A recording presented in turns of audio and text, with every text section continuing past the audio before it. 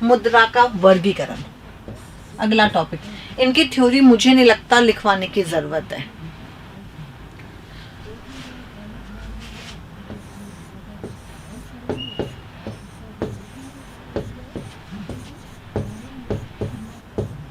मुद्रा का वर्गीकरण।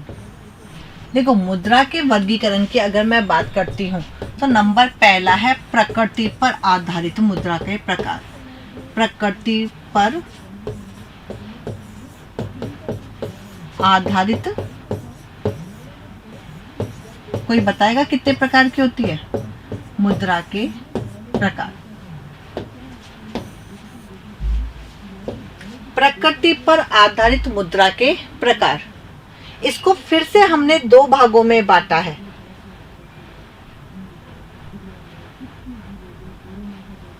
इसको फिर से हमने कितने भागों में बांटा है? दो भागों में बांटा है, वास्तविक मुद्रा और हिसाब की मुद्रा। कितने भागों में बांटा है?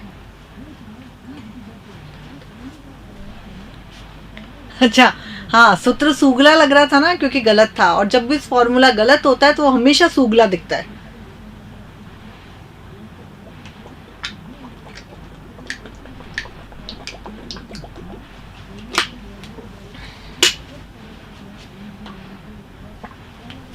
इसको दो भागों में बांटा है।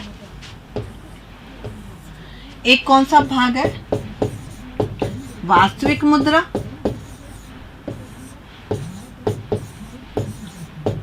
और एक कौन सी है? हिसाब की मुद्रा।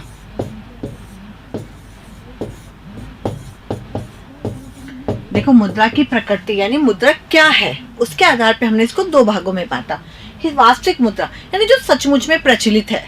किसी भी देश में अपनी एक मुद्रा प्रचलित होती है जिसमें सर्वमान्य और सर्व सहमति का गुण होता है, जिसको सबने स्वीकार कर रखा है कि ये 100 का नोट है। क्या कभी तुम जाके बोलते हो, ले भैया ये 100 रुपए है, तो दुकानदार बोलता है कि मैं तो नहीं मानता, मैं तो इसको 50 रुपए ही मानता हूँ। बकायदा आपका वहाँ पे एक स्टेटमेंट भी लिखा रहता है, मैं इतने रुपए अदा करने का, या जो भी लिखा है आप नोट पे देखना, एक स्टेटमेंट भी लिखा रहता है। अभी स्लिप हो गया क्या लिखा रहता है। तो वो क्या है? वास्तविक मुद्रा है, सर्व सहमति है। अगर उसके ऊपर 100 रुपए लिखा हुआ है, वचन में लिखा हुआ है कि 100 रुपए अदा करने का वचन कर रहा है, जो भी लिखा है वहां पे 100 रुपए लिख रहा है, तो उसको अगला आदमी भी 100 रुपए ही मानेगा। यानी भारत में क्या हो गया? वास्तविक मुद्रा का मतलब 100 का नोट हो गया, 200 का नोट हो गया, या जो भी नोट हो गया वो। और एक होती है हिसाब की मुद्रा, यानी जिसमें हम हिसाब किताब करते हैं, जैसे रुपया, डॉलर, इसे हमने क्या कहा है? हिसाब की मुद्रा का है। थोड़ा सा कंफ्यूजन होगा, दोबारा समझो क्या कहना चाह रही हूँ। रुपया, यूरो, डॉलर, ये हिसाब की मुद्रा है। रुपये में 10 का नोट, 20 का नोट, 50 का नोट, 100 का नोट, ये वास्तविक मुद्रा है। हमने किसके आधार पे बांटा है? प्रकृति पर आधारित के आधार पर। तो लिखो मुद्रा का वर्गीकरण। मुद्रा का वर्गीकरण। और एक चीज समझ लेना, मुद्रा का वर्गीकरण तो चैप्टर फिर भी इजी चैप्टर है। जैसे ही आपको नोटिफिकेशन में साख वाली नाम से, साख या मुद्रास्फीति, जो कल शुरू हो सकता है या परसों शुरू होगा, कल का मतलब संडे है, कल तो नहीं, हाँ, मैं धारक को 200 रुपये अदा करने का वचन देता हूँ, लिखा रहता है ना। यस, तो जो मैं कह रही थी बात समझना, परसों या पहले रोज से अपने साख वाला टॉपिक चलना शुरू होगा, या हो सकता है वहां पे मैं एक बार बीच में आपको मुद्रास्फीति समझाऊं, क्योंकि बिना मुद्रास्फीति आपके चैप्टर में नहीं है, पर मुद्रा का सबसे बड़ा अवगुण है। उस समय कोशिश करना कि आप उसे लाइव ही देखें। अगले 3-4 दिन तक टॉपिक थोड़ा सा टफ चलेगा। अभी अपन ने बीच में जल्दी जल्दी हमारे टॉपिक्स पूरे हो रहे थे, क्योंकि रामदयाल आपने पढ़ रखा है वो टॉपिक, इसलिए आपको इजी लगता है। बाकी मुझे याद है जब मैंने पहले बार पढ़ाती थी स्टूडेंट्स को, जो पहले बार पढ़ते हैं वो बिल्कुल ऐसे माथा पकड़ के बैठ जाते हैं कि ये क्या हो गया हमारे साथ में। तो एक बार उन क्लासेस को आप थोड़ा सा गौर से देखेंगे। देखो, प्रकृति पर आधारित वर्गीकरण, मुद्रा का वर्गीकरण, इसको दो भागों में बांटा गया है। इसको दो भागों में बांटा गया है।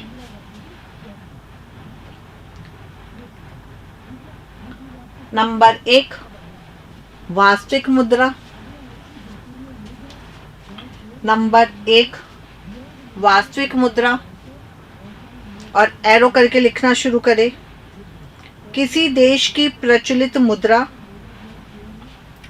किसी देश की प्रचलित मुद्रा जिसमें समस्त प्रकार के लेन देन होते हैं।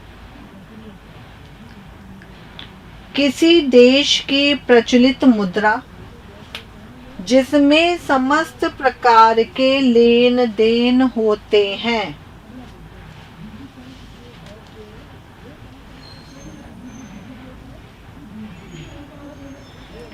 भारत में रुपये और पैसे, भारत में सभी रुपये और सिक्के, भारत में सभी प्रकार के रुपये और सिक्के। अरे आप 10 का सिक्का देते हो, 20। हाँ, एक चीज जरूर है, तुम बोलो मैडम हमारे यहाँ पे दुकानदार वो वाले नहीं लेते। एक बार एक अफवाह आई थी, मुझे याद तो नहीं है क्या है, पर ये 10 का सिक्का था।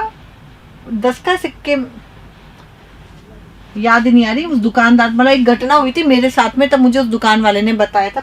सिक्का याद नहीं कितने, 10 का तो क्या, देखो 10 का निकल रहा है, शायद 1 रुपए का सिक्का या कुछ का सिक्का था, जहाँ पे ऐसे, यहाँ पे ऐसे ऐसे कुछ पंखुड़ी टाइप की कुछ बनी हुई है। ये मेरे साथ केस हुआ था, मुझे सिक्का याद नहीं कितने का था वो, ऐसे ऊपर ऐसे कुछ फूल से बने हुए थे।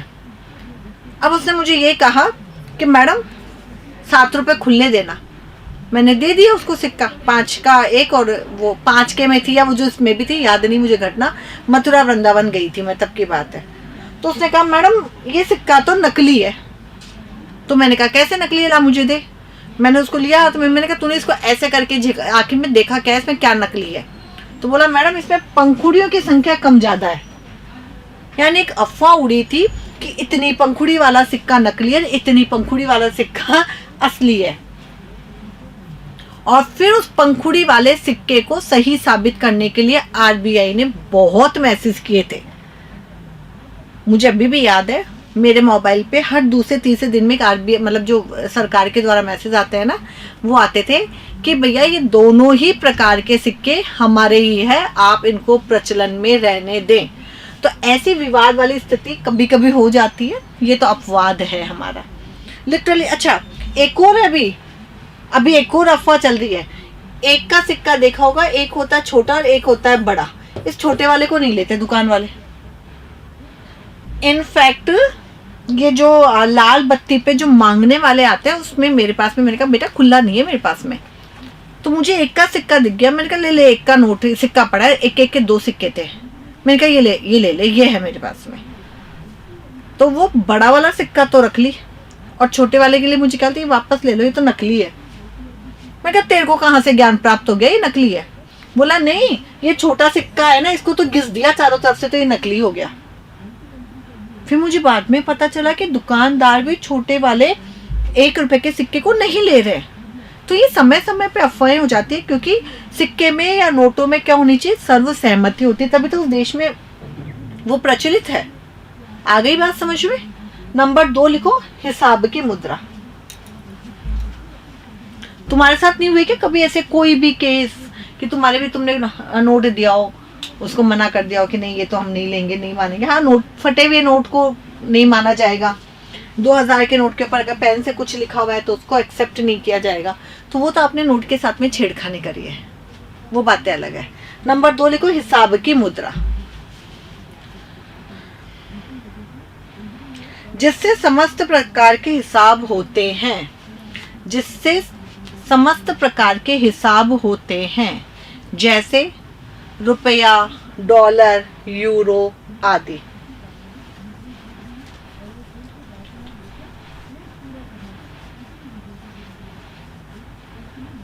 ठीक है। अब देखो दूसरी प्रकार की वो है, अपन वर्गीकरण कर रहे हैं। एक तो अपन ने करा कौन सा, प्रकृति के आधार पर, दूसरा है कानूनी वैधता के आधार पर। यानी हमने यहाँ पे इसको डिवाइड करा है कि कानून ने किसको सही माना है या किसको गलत माना है, वैधता के आधार पे।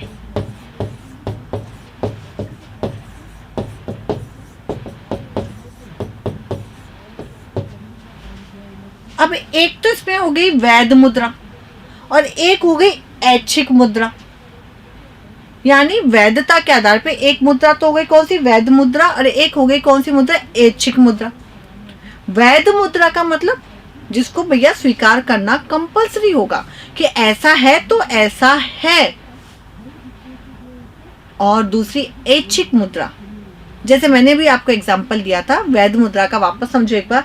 जैसे ये 100 का नोट है तो उसको कानूनी वैधता प्राप्त है कि ये 100 का नोट है, ये 500 का नोट है। और याद करो मैंने कल परसों आपको एक क्वेश्चन पूछा भी था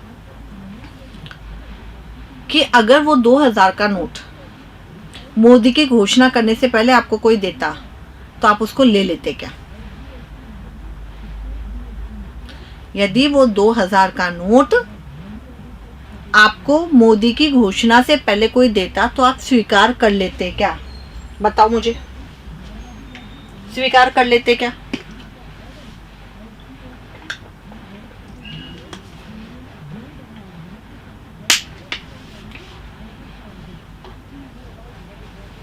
नहीं करते ना। क्यों नहीं करते? क्योंकि उसमें कानूनी वैधता नहीं थी। क्या नहीं थी? कानूनी वैधता नहीं थी। तो कानूनी वैधता के आधार पर हमने इसको दो भागों में बांटा है, वैधता के आधार पे, और एक कौन सी हो गई, ऐच्छिक मुद्रा हो गई। फिर से हम आपको बताते हैं कि वैधता कौन नहीं लेते, क्यों नहीं लेते? क्योंकि उसमें क्या नहीं थी, वैधता नहीं थी। क्या नहीं थी? वैधता नहीं थी।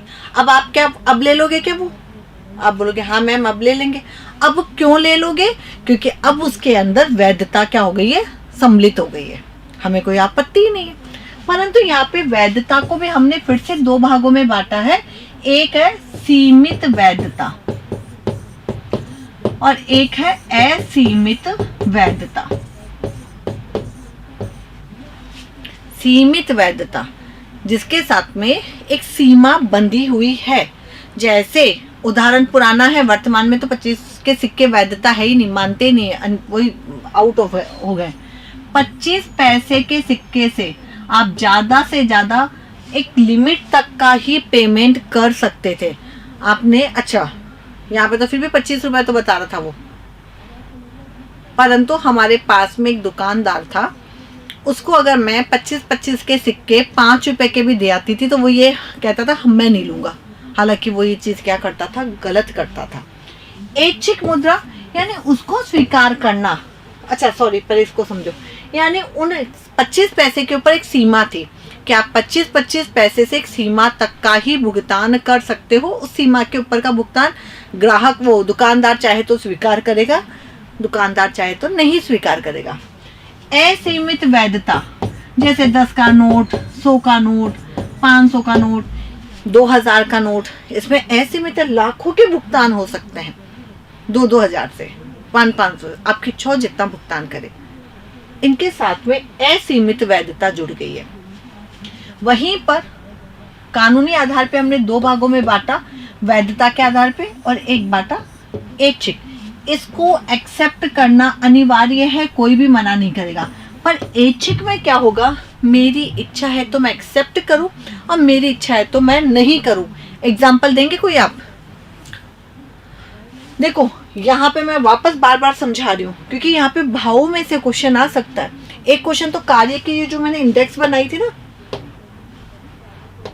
ये वाले इंडेक्स यहां से पक्का आता है, और दूसरा जो कार्य काम आएगा वो यहाँ के भावों में से आएगा। और यहाँ के भाव का मतलब है कि पता होना चाहिए। Very good. यानी चेक, बिल, हुंडी वगैरह जो भी होते हैं, चेक, देखो मुद्रा की परिभाषा, आप बोलोगे मैडम चेक मुद्रा थोड़ी है मुद्रा। क्यों है? मुद्रा वह है जिससे क्रय और विक्रय किया जाए। हम बहुत सी चीजों का भुगतान चेक के द्वारा करते हैं, पर हम ये तभी कर सकते हैं जब अगला हाँ कर दे। मैंने कहा मैं चेक से पैसे दे दूं क्या? अगले ने कहा दे दो, उसने स्वीकार कर लिया। मैंने क्या करा, दे दिया, उसने ले लिया। पर कोई दुकानदार ऐसा भी हो सकता है जिसने ये कहा हो कि नहीं मैं चेक स्वीकार नहीं करूंगा, क्योंकि चेक क्या हो जाता है, बाउंस हो जाता है और भाग जाए तो बाउंस चेक देके। हालांकि उसके केस वगैरह होते हैं, बहुत सी चीज़ें होती है, पर कुछ भी नहीं होता। बहुत से मेरा पेमेंट आज चेकों के अंदर पड़ा रह गया, चेक है पर क्या करूँ उन चेक्स का। और मैंने तो ये कह रखा है कि जैसे मेरा कोई चेक है 3 लाख का, मुझे वो पैसे कोई निकलवा दो, 1 लाख तुम ले लो, 2 लाख मुझे दे दो, अरे 1.5 लाख तुम ले लो, 1.5 लाख मुझे दे दो, पर मेरे वो पैसे निकलवा सकता है कोई तो निकलवा दो। नहीं निकलते। तो लोग चेक के ऊपर क्या आपकी इच्छा है कि आप चाहो तो स्वीकार करो, चाहो तो नहीं स्वीकार करो। लिखो नंबर 2, लिखो नंबर 2, कानूनी मान्यता के आधार पे मुद्रा का वर्गीकरण। कानूनी मान्यता के आधार पे मुद्रा का वर्गीकरण। कानूनी मान्यता के आधार पर मुद्रा का वर्गीकरण। नंबर 1 वैध मुद्रा। नंबर 1 वैध मुद्रा, वह मुद्रा जो कानून की दृष्टि से, वह मुद्रा जो कानून की दृष्टि से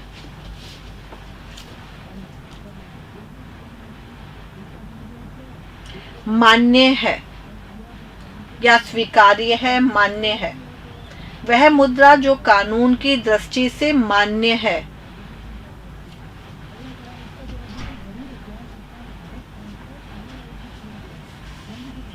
हाँ, एडवोकेट दिला सकता है।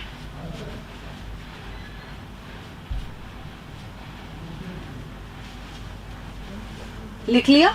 अब लिखो, इसके 2 प्रकार होते हैं। इसके 2 प्रकार होते हैं। वैधता के आधार पे मुद्रा के कितने प्रकार होते हैं? 2 प्रकार होते हैं। सीमित वैध मुद्रा, सीमित वैध मुद्रा,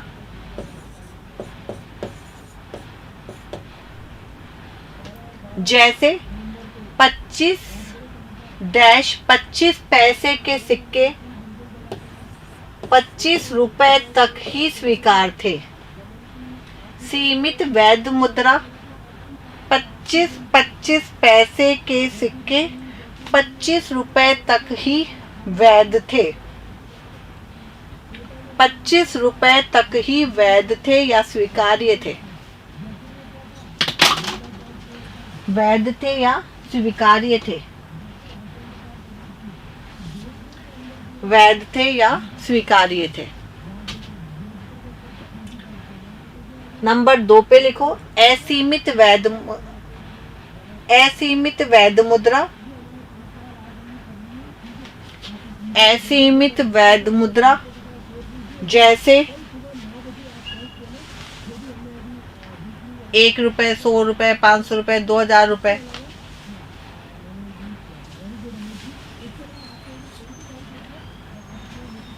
₹1, ₹2, ₹5, ₹100, ₹2000 आदि। देखो, कानूनी आधार पे 2 प्रकार थी वैध मुद्रा। फिर से वैध मुद्रा को 2 भागों में बांटा, सीमित वैध मुद्रा और असीमित वैध मुद्रा। अब लिखो दूसरा, ऐच्छिक मुद्रा। ऐच्छिक मुद्रा। ऐच्छिक मुद्रा। ऐच्छिक मुद्रा को स्वीकार करना या ना स्वीकार करना ऐच्छिक मुद्रा को स्वीकार करना या ना स्वीकार करना, ऐच्छिक मुद्रा को स्वीकार करना या ना स्वीकार करना व्यक्ति विशेष की इच्छा पर, व्यक्ति विशेष की इच्छा पर निर्भर करता है, व्यक्ति विशेष की इच्छा पर निर्भर करता है। इसे लेने के लिए, इसे लेने के लिए किसी भी व्यक्ति को, इसे लेने के लिए किसी भी व्यक्ति को बाध्य नहीं किया जा सकता, बाध्य नहीं किया जा सकता। जैसे बाध्य नहीं किया जा सकता, जैसे चेक, बिल, विनिमय पत्र, ड्राफ्ट आदि। चेक, बिल, विनिमय पत्र, ड्राफ्ट आदि। ठीक है।